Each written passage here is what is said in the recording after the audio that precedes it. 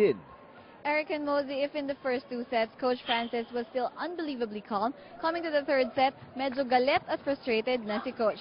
He didn't like that even his senior players are not playing well. He also emphasized to his Lady Warriors na kailangan nilang gawa ng paraan ang nangyayari at kailangan din nilang pumutol. Sinabi pa ni Coach na may defense na naman daw ang Lady Warriors pero kulang pa sa counter-attack. Coach also addressed his players who repeatedly committed errors, saying, "You don't have to please everybody. You just have to win." Back to you, Eric and Mosey. Thanks, Yvette. Well, yeah, for Coach Vicente, kung yung mga veterans mo kinakabahan, how can they inspire to play better? That's right. We even siguro in the beginning, we expected really Dawis and Adore to lead the way, and including Bonon. Pero they were silenced probably on the first set alone, di ba? Na yung when UST pulled away, parang nawala.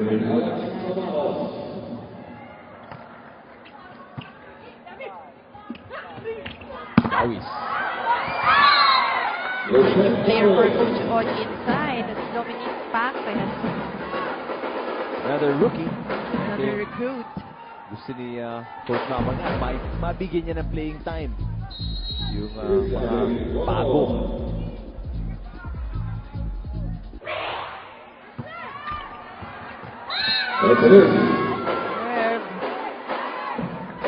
Well, this is the closest UE has been in a while.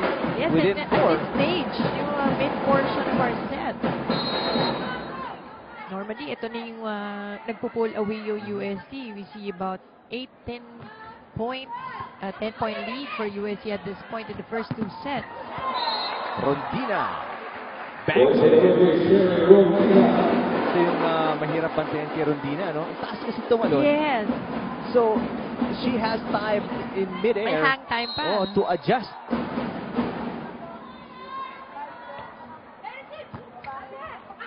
Five-point lead UST. Dawis rejected.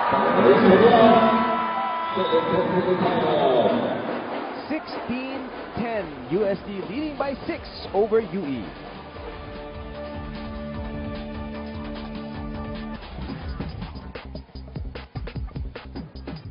There's Lucette Dawis and the rejection. I think the block will be credited to the young rookie Dominique Pacres.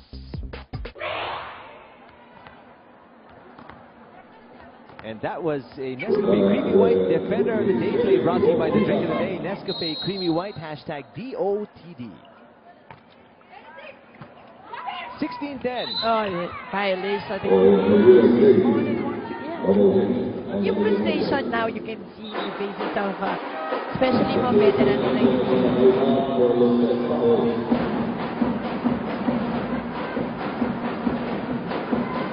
At this point, I'm sure Coach Francis Vicente is extremely frustrated with, it's not even the loss. I'm sure he's thinking about, how is the team going to adjust after we didn't even compete.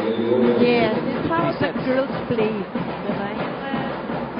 Siguro mas gusto niya yung nakita niya working out UST, diba? They were more aggressive inside. Hirap yung puntos. Because everything came easy, like what we've been saying. Everything came easy for UST. And almost just anybody scoring for Coach Oji Mama.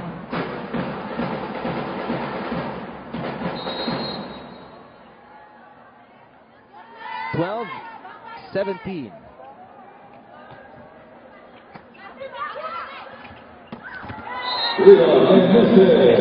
Putting it in. Again, Vanessa, I like the way she is hitting right now. She hits it right on top of the ball. Okay? The angles are very sharp. Gatorade spike of the game, fueling the UAAP to play hard.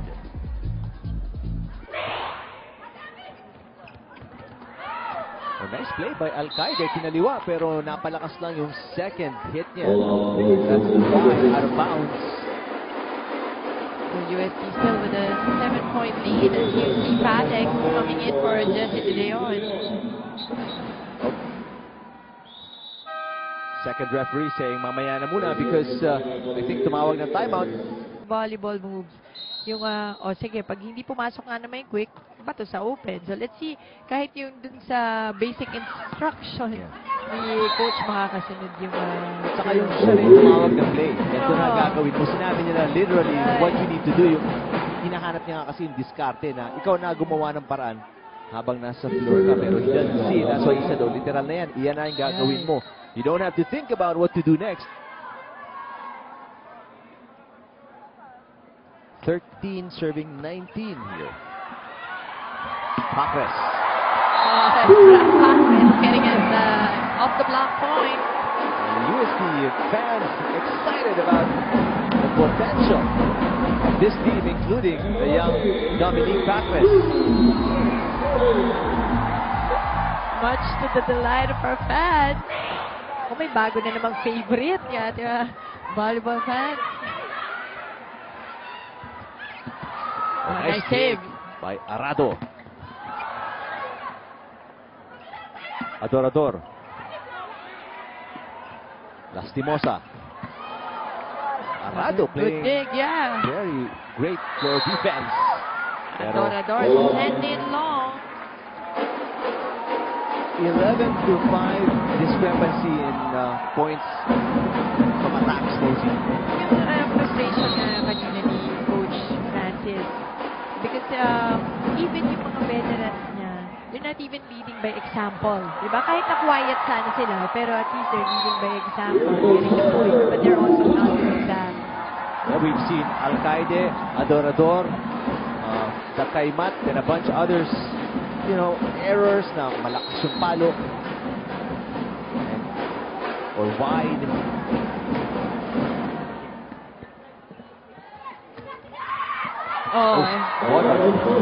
That wasn't even close to anyone. Well, that was close to two players, which caused the confusion. Exactly. So Pakres still on the line. 23-13, first double-digit advantage here in set number 3 para sa UST. Adorador. Rontina from the back row. Adorador firing it in and scoring it. UE taking that point, but USC needing only 2 more points to take this away. Very tall order for UE, especially with the way they've been playing, Mosey. Right. Aggressiveness, diba? It's just so flat. Oh, and with the help of UE, USD now is at match point.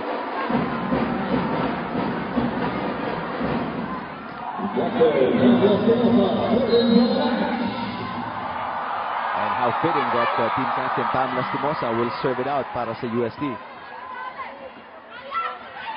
Adorador.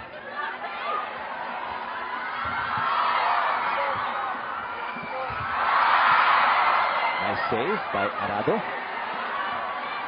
Rontina. Team captain is serving. The young rookie closes it out para sa Tigers as Mosey. That's correct. They just enjoyed this game. They just played like a team in spite of rookies inside and in spite of whoever Coach Oji put in.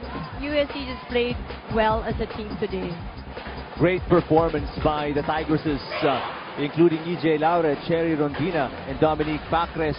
The young rookies made a good account of themselves. UE, I'm sure a lot of adjustments will be made and a lot of talking by Coach Francis. They will have to adjust, especially at the attitude towards the game. And there is the confirmation of the 3-set win ng USD, a sweep over UE in the first game of the volleyball tournament of season 77 of the UAAP. RCBC Smarter Solution coach of the game, of course, Oji Mamon from RCBC Smarter Solutions. Lahat pinakita. It's just a great game for Pamela Lastimosa. And that 12 points, 9 from attacks, 1 block, and 2 service points. Just also led it for the Lady Tigresses. So coming up next, the defense of Ateneo's title gets underway as they take on